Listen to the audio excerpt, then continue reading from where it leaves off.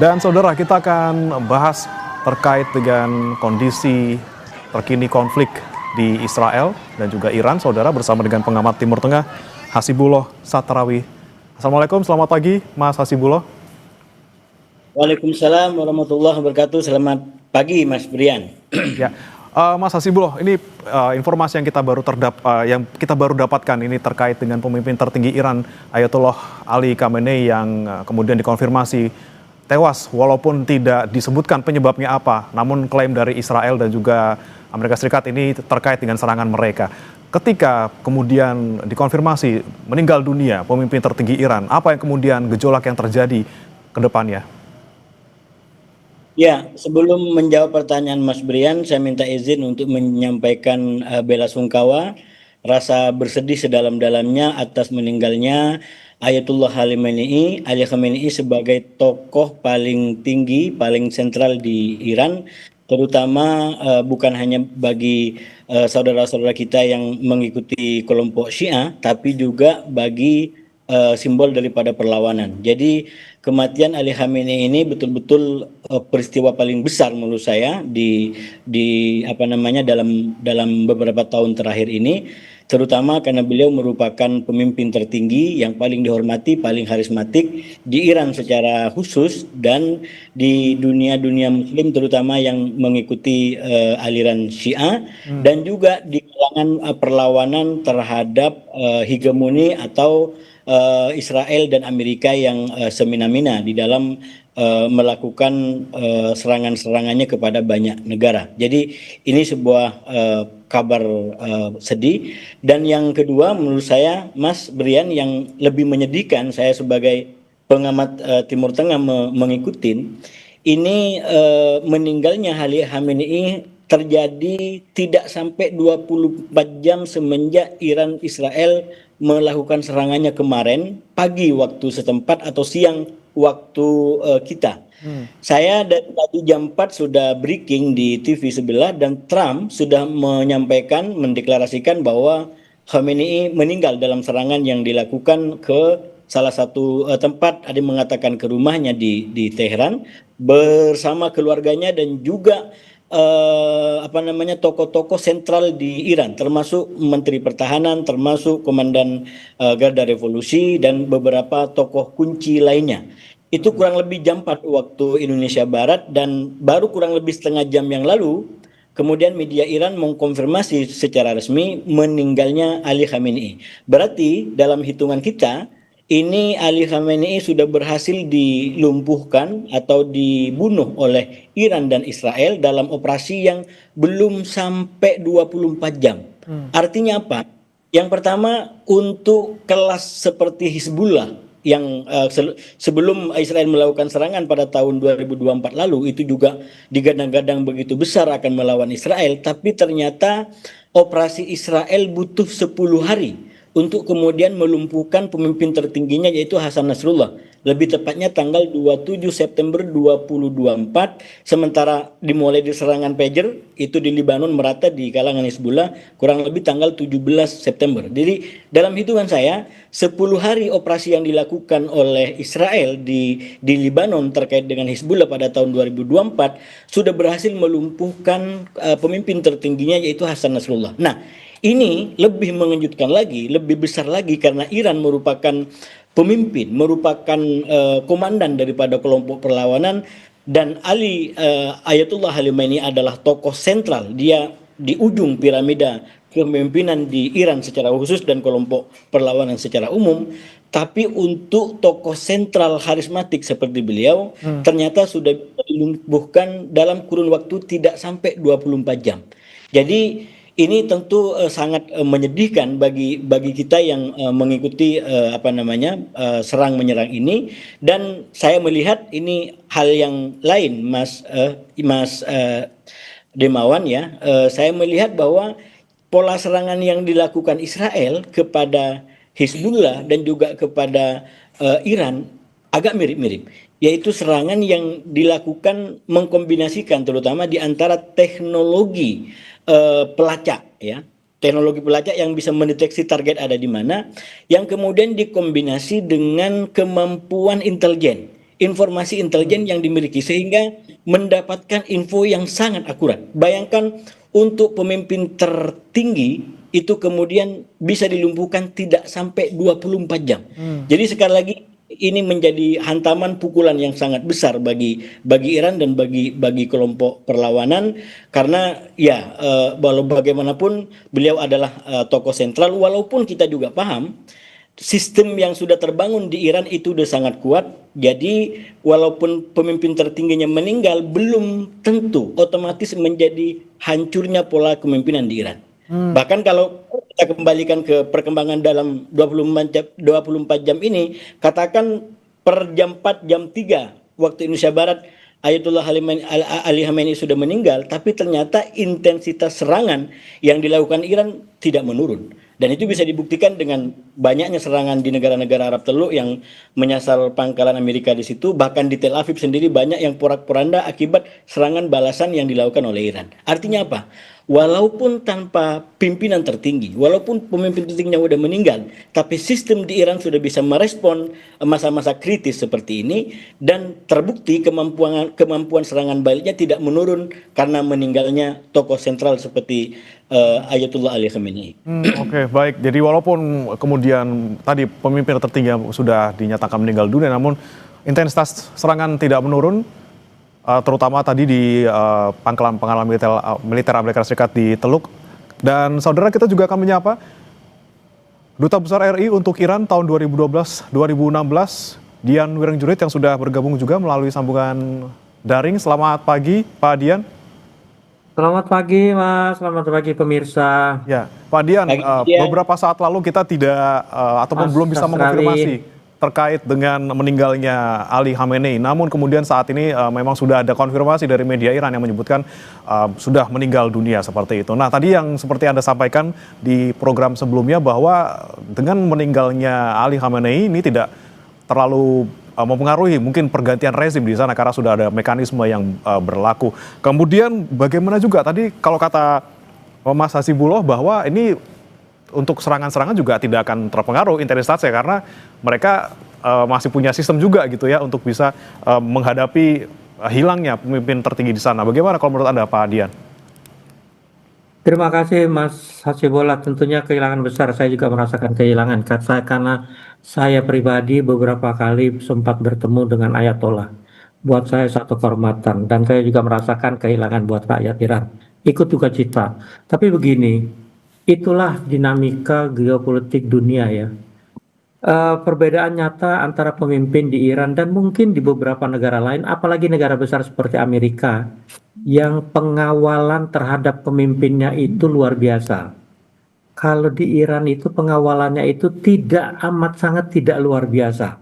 Artinya tinggal di mana, kediamannya juga sederhana, compoundnya juga sederhana, bukan compound yang kayak benteng atau yang halamannya dijaga dengan berbagai macam pengawalan atau senjata. Saya kira Ayatollah Khamenei dan Ayatollah Khomeini yang sebelumnya itu juga memberikan contoh kok bahwa kepemimpinan mereka itu sangat sederhana. Khomeini itu tinggal malah yang sebelumnya Ayatollah Khomeini itu tinggal di rumah kecil pinjaman temannya dan itu sampai sekarang museumnya ada di sana. Sampai meninggalnya ada di sana karena sakit. Nah, compoundnya Ayatollah Ali Khamenei juga sangat biasa. Jadi bukan hal yang aneh kalau sehari-hari memang ada di sana dan saya begitu sebelumnya mendengar kabar dan kita masih menunggu konfirmasi itu sudah membayangkan kayaknya ada nada betul dari pemberitaan sebelumnya Ayatollah Khamenei kena. Karena yang disasar itu kalau tidak salah daerah Jumhuriyeh. Kalau nggak salah memang tinggal di situ. Tapi begini, itu satu hal. Pengawalannya sederhana. Kalau beliau pergi itu motornya mungkin hanya 2 di depan. Kemudian mobil pengawal, mobil Ayatollah baru stafnya, pengawal lagi baru stafnya. Mungkin hanya 5-6 mobil iring-iringan mobil Ayatollah. Bayangkan sebuah pemimpin negara besar seperti Iran. Pengawalannya pun tidak terlalu ketat. Tapi yang faktor berikutnya, faktor kedua yang menentukan adalah itulah tadi disinggung Mas Hasibullah. Intelijen, kecolongan lagi bahwa ternyata yang namanya pengkhianat itu masih ada. Memang susah ya, di negara manapun Tidak, saya yakin di negara manapun yang namanya pengkhianat pasti ada. Dan kalau sudah ditumpas pada perang bulan Juni yang lalu, yang tertangkap itu kan sekitar 800 itu kaki tangan agen Mossad dan Amerika di sana. Belum lagi yang memang sudah dilatih seperti Mujahidin Khalq itu memang susah diberantas. Artinya kelompok oposisi militan garis keras radikal itu susah dibantah. Mereka kita sebutnya intelijen pasti tahu sleeper. Jadi kalau digerakkan pasti bergerak. Nah, sleeper ini tidak akan diam selama pasca perang bulan Juni itu. Dan ternyata sekarang berhasil.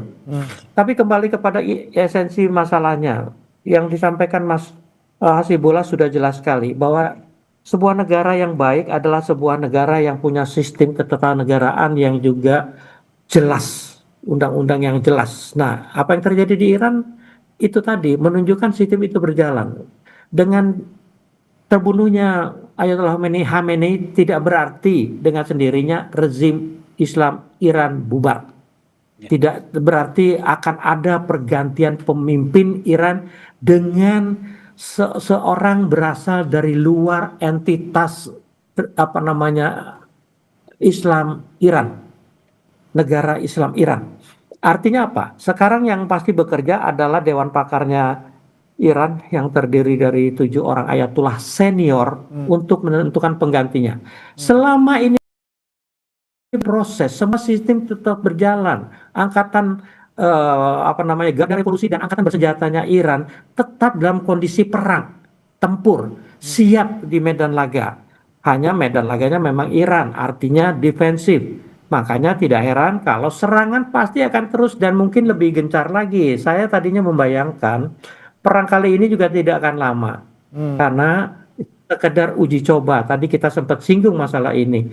Tapi buat saya dengan kejadian konfirmasi tewasnya Ayatollah Khamenei, ceritanya agak berubah lagi.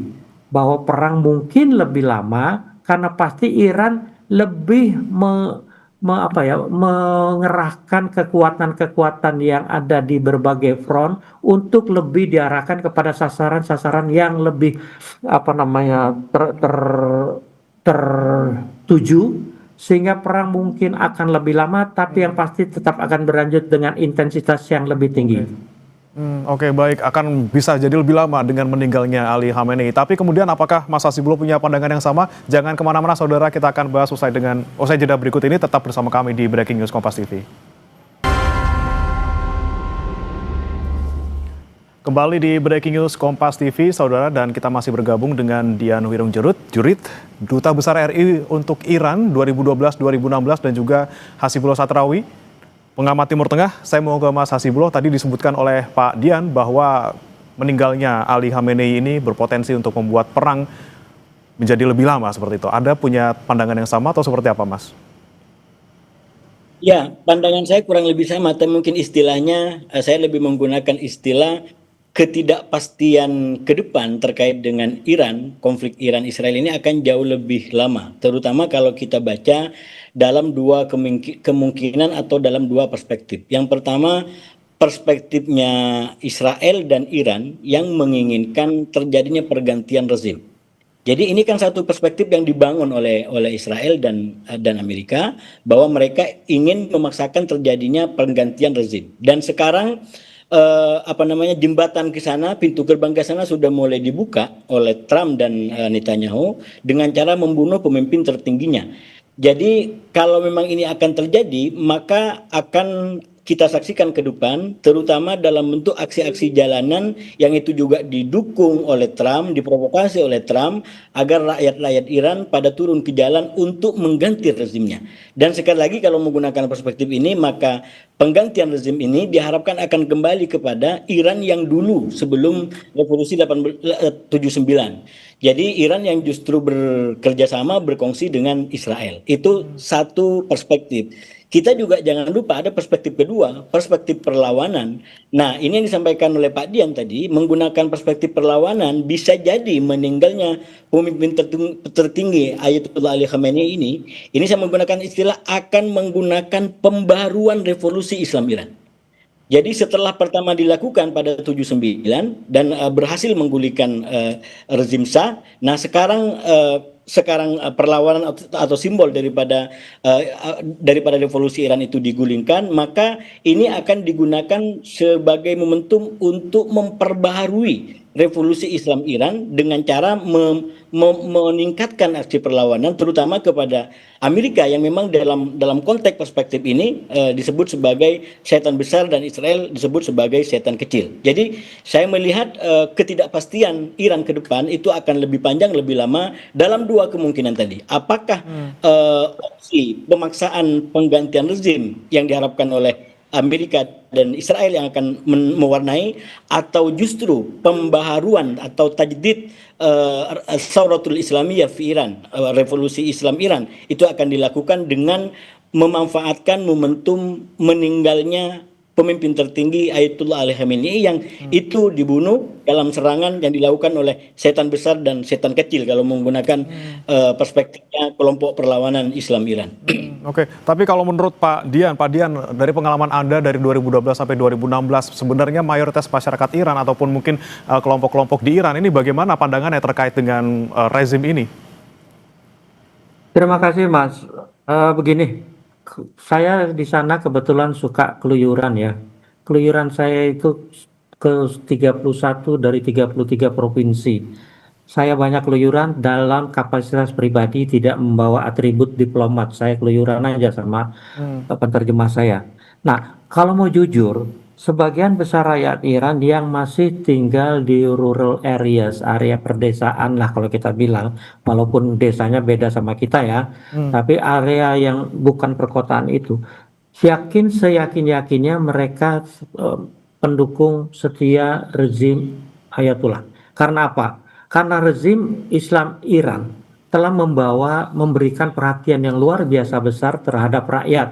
Contoh paling gampang, kebutuhan dasar manusia, yaitu sandang, pangan, papan, pendidikan, dan kesehatan. Semua bisa dipenuhi sampai ke desa-desa. Mau contoh nyata, semua rumah di desa itu lengkap dengan fasilitas listrik, gas, dan air yang tersambung dengan jaringan nasional. Artinya ke kampung manapun di Iran, keran itu nyala dengan air pemerintah. Listrik juga, gas juga, tidak ada yang namanya gas 3 kilo, 10 kilo dan sebagainya. Jadi semua itu dipenuhi, apalagi pendidikan dan kesehatan. Orang-orang tua saya lihat, saya bulan Juni lalu ke Iran itu saya masih kunjungi. Kebetulan beberapa teman saya yang lansia sudah meninggal. Saya kunjungi makamnya. Semua di sana makam teratur, kampung jalan-jalannya teratur. Jangan bandingkan dengan kampung kita yang anak sekolah aja nyebrang nggak ada jembatan, motor terseret-seret, guru rendah, tidak ada. Obat orang-orang tua, semua yang punya penyakit seperti gula, misalnya penyakit gula yang di kita banyak dikhawatir, di Iran sudah tidak menjadi kekhawatiran. Karena apa? Orang tua dikasih kartu dengan fasilitas setiap bulan tinggal ke apotek ambil obat jatahnya. Nah, buat saya hal itu membuat rakyat merasa nyaman. Nah, kalau ada demo saya pikir itu satu, demo tidak besar, kedua di kota-kota besar saja seperti terlihat sebelumnya. Oke, jadi kemungkinan kalau misalnya tadi yang seperti Anda sampaikan Pak Dian dengan mungkin citra positif yang kemudian dimiliki masyarakat terhadap Khamenei, ini kemudian hasutan ataupun dalam tanda kutip ini ajakan Trump dan juga Netanyahu untuk kudeta, masyarakat ini tidak akan berpengaruh? Saya kira masih jauh ya, jangan bandingkan Iran dengan 80 juta, 80 lebih mungkin sekarang penduduknya itu seperti Venezuela. Seorang presiden yang maaf mungkin sifatnya diktator, penjagaannya super ketat, istananya dijaga ketat, bisa diculik. Coba apa yang dilakukan terhadap Jenderal Qasem Soleimani di Irak. berapa tahun yang lalu.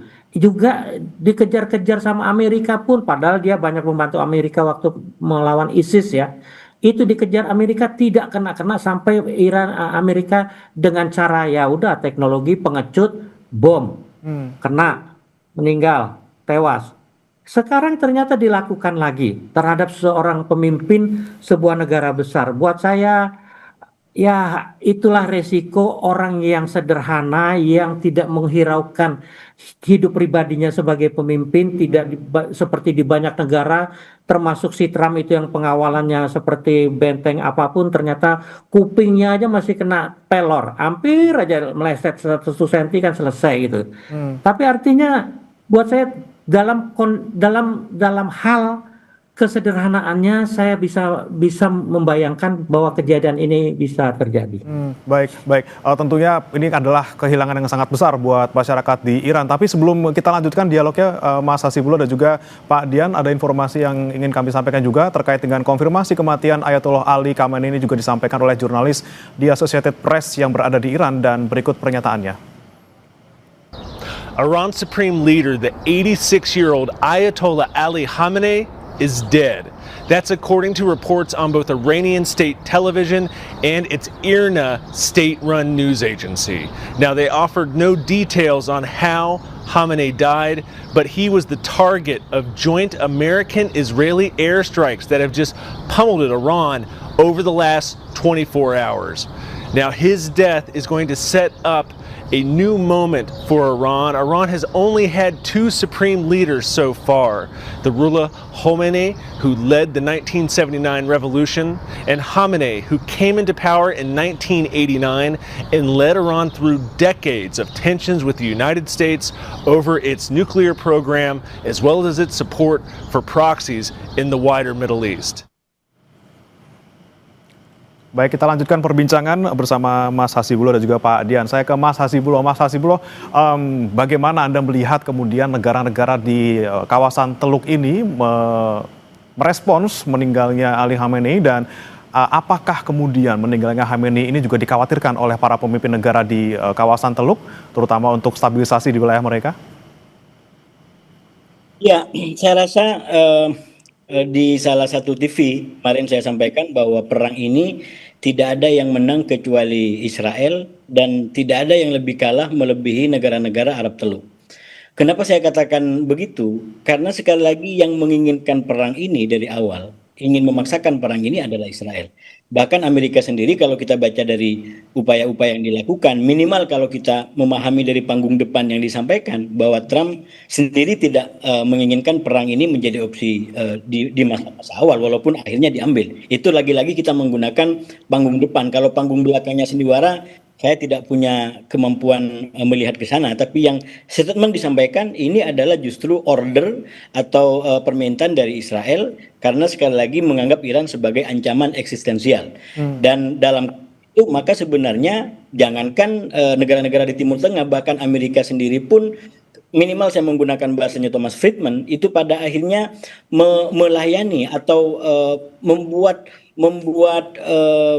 mereka membayar apa yang diinginkan oleh Israel dan Netanyahu. Jadi Netanyahu yang menang, tapi kemudian yang melakukan berbagai macam korbannya adalah Amerika sendiri dan negara-negara Arab di Teluk. Kenapa Arab Teluk akan menjadi pihak yang paling kalah, paling menderita?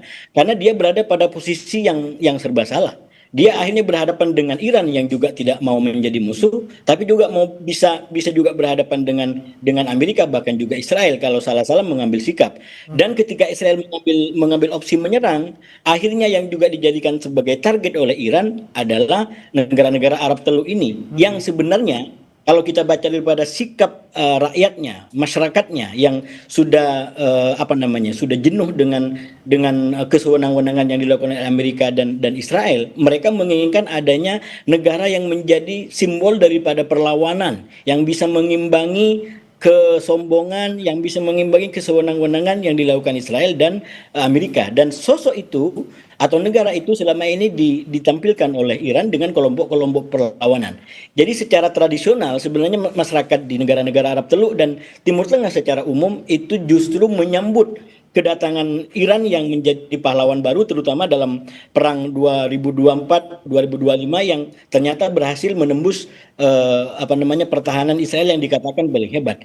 Tapi kemudian ketika diserang oleh Iran dengan alasan mereka tidak menyerang negara ini tapi justru pangkalan militer Amerika yang ada di situ, itu yang saya bilang seperti operasi mengambil duri dalam daging.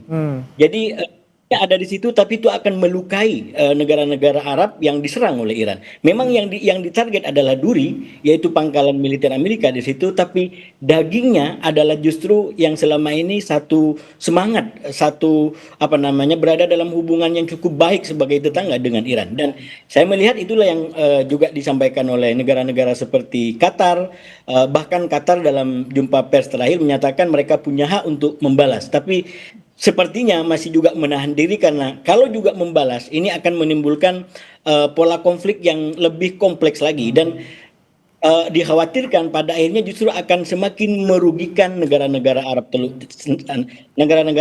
Teluk itu sendiri, minimal secara ekonomi, kemudian secara politik dan tentu juga secara keamanan. Sekarang aja sudah berapa banyak penerbangan yang terhenti akibat serangan perang ini. Jadi sekali lagi ini Israel lagi-lagi berhasil meyakinkan Amerika, membuat Amerika membayar atau menjadi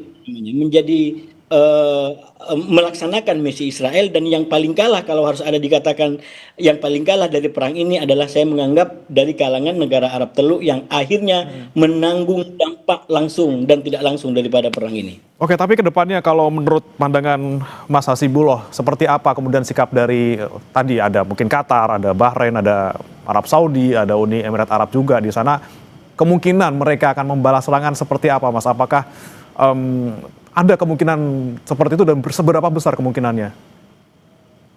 Ya, saya rasa negara-negara Arab Teluk juga masih dalam pertimbangan dan kalkulasi ya. Ini yang akan terjadi di Iran ke depan, apakah perspektif Amerika dan Iran yang memaksakan perubahan rezim, atau justru yang akan terjadi adalah penguatan, pembaharuan revolusi Islam Iran yang akan diperkuat kembali. Nah, ini yang akan menjadi penentu sikap daripada negara-negara Arab Teluk. Kalau yang akan terjadi adalah pergantian rezim, maka sangat mungkin ini akan justru menaikkan tensi sikapnya kepada Iran. Kalau perlu mungkin malah melakukan serangan balasan dengan alasan tadi bahwa Iran memang secara nyata, secara faktual menyerang negara ini. Walaupun sekali lagi yang diserang adalah pangkalan militer, tapi itu kan berada di teritori, di wilayahnya negara-negara yang berdaulat ini, yang sekali lagi secara hukum internasional juga masuk dalam kategori dia diserang oleh Iran.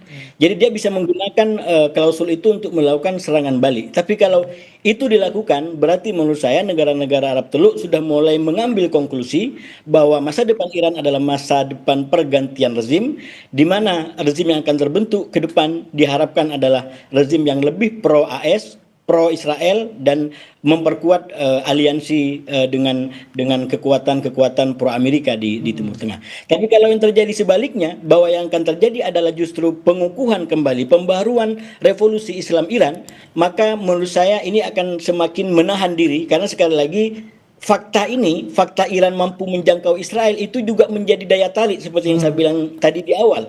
Bahkan publiknya saya yakin menyambut seperti yang kita lihat dalam perang 2024 dan 2025 ketika roket-roket Iran melintasi negara-negara Arab, itu banyak negara-negara Arab yang dengan tradisi seninya menyambut gembira, bahkan kayak senang sekali bahwa ini serangan akan nyampe di Israel. Itu ekspresi apa?